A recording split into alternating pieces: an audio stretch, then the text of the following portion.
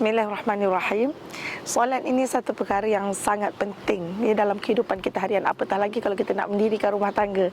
Solat ini sangat-sangat penting. Pada majlis perkahwinan itulah permulaan kehidupan kita untuk berumah tangga. Subhanallah. Jadi kalau ketika itu solat pun kita dah mula tinggal, tiang paling utama dalam agama itu runtuh. Jadi bagaimana kita nak bina masjid yang penuh dengan gilang gemilang, yang penuh dengan bahagia dan barakah.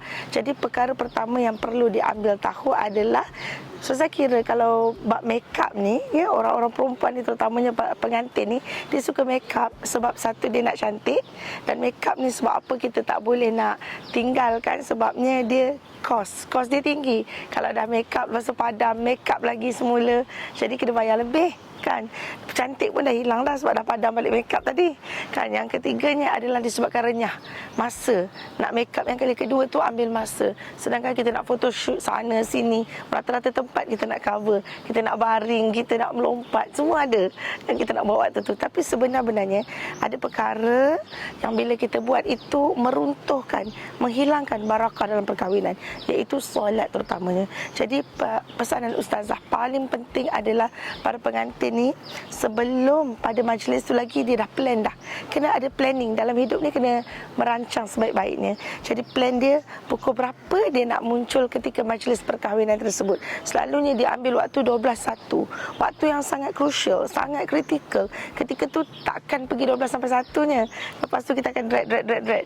Habis waktu solat, layan tetamu, ambil gambar dan sebagainya. Jadi kita boleh solat sebelum kita muncul pada majlis perkahwinan tersebut, ataupun kita kena muncul betul-betul ngam.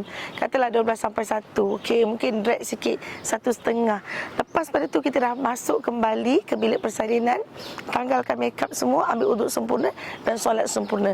Kalau kita nak jumpa balik tetamu, maka kita keluarkan kos lebih, makeup semula, ya, ambil masa lebih sikit, makeup semula dan keluar jumpa tetamu. Yang paling penting adalah kita uruskan masa supaya masa itu menjadi barakah, sesuai dengan majlis perkahwinan kita itu juga menjadi barakah. Sebab kita bukan nak kahwin sehari dua, kita nak kahwin kekal sampai syurga paling tinggi, insya-Allah.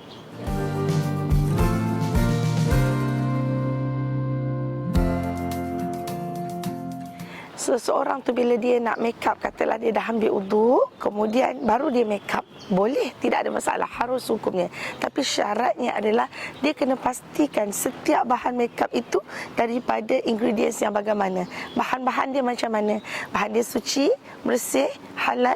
Kadang-kadang kita ni ambil juru make up daripada luar kan. Bila kita para pengantin ambil juru make up daripada luar, mana kita nak tahu setiap bahan tu bahan yang suci ataupun tidak, bahan yang halal ataupun tidak. Dan ada juga bahan-bahan dalam make up tu, contoh lipstick, digunakan uri daripada baby. Ini barang-barang terkenal daripada luar negara, ataupun placenta daripada sheep, daripada kambing biri-biri misal kata. Jadi banyak percampuran bahan-bahan yang tidak halal untuk mencantikkan make up tu, nampak shining, nampak glossy kan, nampak natural. Subhanallah. Jadi perkara-perkara ni bukan tak boleh kita nak ambil uduk, lepas tu kita make up, lepas tu kita pergi majlis, boleh kan. Kita ambil uduk, selesai, nanti kita solat dan sebagainya. Tetapi apa yang kita perlu tanggung risiko adalah kita berada dalam keadaan tidak bersih. Dan bila kita berada dalam keadaan tidak bersih, maka solat kita tidak sah. Jadi buat apa kita melaburkan satu perkara paling penting dalam hidup kita, bahkan bawa pada akhirat, hanya semata-mata untuk dapat makeup yang cantik, hanya semata-mata untuk kita rasa sayang nak tanggalkan makeup tu, rasa terbuang duit kalau makeup sekali lagi, ataupun rasa renyah hanya masa nak ambil masa untuk makeup tu. Jadi nasihat ustazah kita berpada-pada. Apa pun kena pastikan kesucian, bersih, bukan bermudah-mudah. Dalam agama ni sebenarnya mudah, tapi bermudah-mudah itu tidak boleh. Jadi pilihlah yang paling takwa, yakni yang mana Allah suka, bukan yang semata-mata kita suka, nafsu kita suka, tapi akhirnya kita abaikan apa yang Allah redha dan suka, insya-Allah. Perkahwinan ni suatu perkara yang sangat indah, satu perkara yang menjadi fitrah. Allah ciptakan kita, setiap daripada kita berpasang-pasangan, subhanallah kan.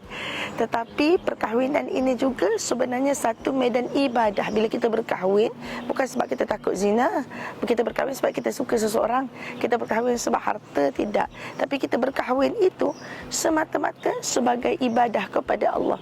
Bermakna permulaan, sebelum nak kahwin lagi kita dah fikir apa ciri ciri yang terbaik. Kita juga dah siapkan diri kita menjadi ciri yang terbaik untuk agama ni. Kalaulah kita rasa kita ni banyak dosa, kita dah baiki diri kita sungguh-sungguh, taubat sungguh-sungguh sentiasa sampai akhir hayat kita, dan kita mendoakan kebaikan yang kita dapat pada pasangan kita. Jadi bila kita berkahwin ini, ia mendatangkan mawaddah, rahmah, kasih sayang, cinta dalam hati kita. Jadi nasihat ustazah kepada bakal-bakal pengantin di luar sana, subhanallah, perkahwinan ini perlu dijaga dari awal dan sebolehnya kita jaga sehingga akhir hayat kita, sebab kita nak dapat kasih sayang dan rahmat daripada Allah. Jadi awal-awal pada majlis perkahwinan itu lagi dah kita dah jaga tutup aurat sempurna, make up sekadarnya. Bukan tak boleh cantik, boleh, berlebih-lebihan tidak boleh, ya tabaruj tidak boleh, berhias seperti mana zaman jahiliah tidak boleh, ya pakai kain sebenarnya yang melek-lerek kat lantai itu sebenarnya tidak boleh. Jadi kita sekadar-kadar pakai yang cantik tapi tidak mengikut seperti mana kaum kafir. Dan kemudian menyambung bulu mata, kita pakai bulu mata tebal ni, alah hari pertama je, sekali je, takkanlah Allah tak ampunkan. Tidak, bukan begitu.